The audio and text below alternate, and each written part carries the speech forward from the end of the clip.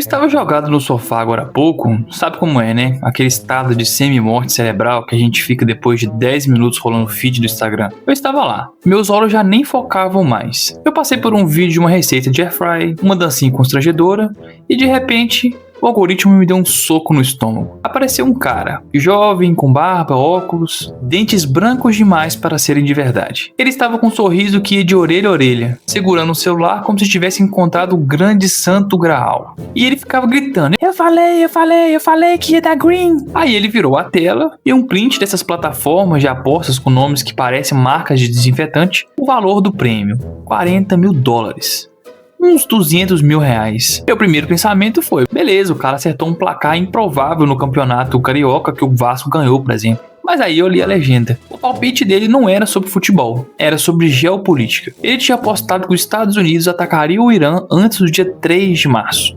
E como o ataque aconteceu dia 28 de fevereiro, ele embolsou a grana. Naquele momento eu fiquei travado. Fiquei olhando para aquele sorriso e pensando: esse cara acabou de ganhar o prêmio de uma vida inteira porque pessoas foram transformadas em poeira do outro lado do globo. Esse cara simplesmente transformou mísseis explodindo em dividendo. O cara não estava assistindo o noticiário para saber se o mundo vai acabar, ele simplesmente estava assistindo para saber se ele ia conseguir trocar de BMW. Ali no sofá, com o resto de café frio na mão, eu já percebi que a gente atravessou a fronteira. A gente não está apenas assistindo um espetáculo da destruição.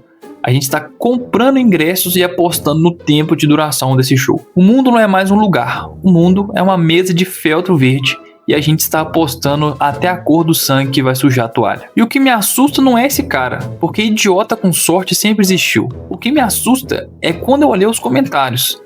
Ninguém estava achando aquilo bizarro. E a galera estava pedindo links de grupos de sinais e qual que seria a próxima tragédia que iriam apostar. Tipo, quando a China vai invadir Taiwan. E você percebe o que aconteceu? A gente desaprendeu a sentir. A empatia virou um erro do sistema que atrapalha até o cálculo das probabilidades. Agora tenta ver o mundo pela minha perspectiva. Eu saio na rua e vejo um placar de vende-se numa loja que falhou. 10 anos atrás eu pensaria: que pena, alguém perdeu esse sustento. Hoje o cérebro bestificado pensa: qual seria a odd para essa falência? Tipo, 1,85? Daria para ter lucrado um extra se eu tivesse analisado o fluxo de caixa deles. Transformamos tudo em odds. A taxa de juros do Banco Central hoje não é mais algo que vai fazer o supermercado ficar mais caro. É um evento de ganha ou perde. O julgamento de um político não é mais sobre justiça. É sobre o mercado de sim ou não. Nós paramos de orbitar os eventos. Agora nós orbitamos os eventos esperando o exato momento de dar um bote financeiro. É tipo um niilismo transacional. Se a floresta queima, o apostador não chora pelos animais. Ele só checa se as ações das empresas de madeira subiram ou se o preço do mercado de crédito de carbono deu green. É a inteligência fria de um serial killer aplicado ao mercado financeiro de varejo. E o pior, a gente faz isso usando emoji de foguetinho. E eu comecei a pensar até onde que isso vai parar, porque o ser humano não tem freio.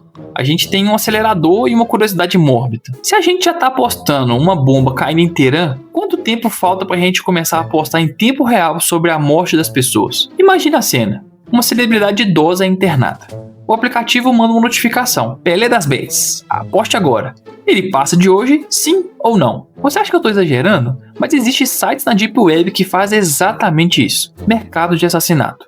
Pessoas colocam dinheiro em uma data. Se a pessoa morre até aquela data, os apostadores dividem o prêmio. É tipo um financiamento coletivo do homicídio. Mas agora traz para nossa superfície gourmet. Traz isso pro Instagram. Imagine influenciadores da morte dando dicas. Tipo: fala galera, hoje o quadro clínico do fulano piorou. A saturação caiu para 85% e o mercado está derretendo. Hora de entrar no não passe de sexta-feira. Bora lucrar. E isso acaba escalando para coisas assustadoras. Se a gente aposta na falta de água, a gente passa a torcer pela seca. Se a gente aposta na morte, a gente acaba torcendo pela doença. Nós criamos um mundo onde o sucesso financeiro de um grupo depende diretamente do sofrimento físico de outros. E o pior, tem gente que faz isso sorrindo e tomando energético achando que são visionários de mercado. O carrasco não precisa mais de capuz, ele precisa apenas de um smartphone e uma conta na corretora de Curaçao, por exemplo. E por que eu simplesmente não consegui fechar o aplicativo e ignorar? E por que você também não deveria conseguir? porque a aposta é a última mentira que a gente conta pra nós mesmos, pra nos sentirmos que temos controle de algo. O mundo lá fora está um caos. Você não controla o preço da gasolina, não controla o seu chefe, não controla nem o que o algoritmo te mostra. Mas na hora que você coloca R$ 50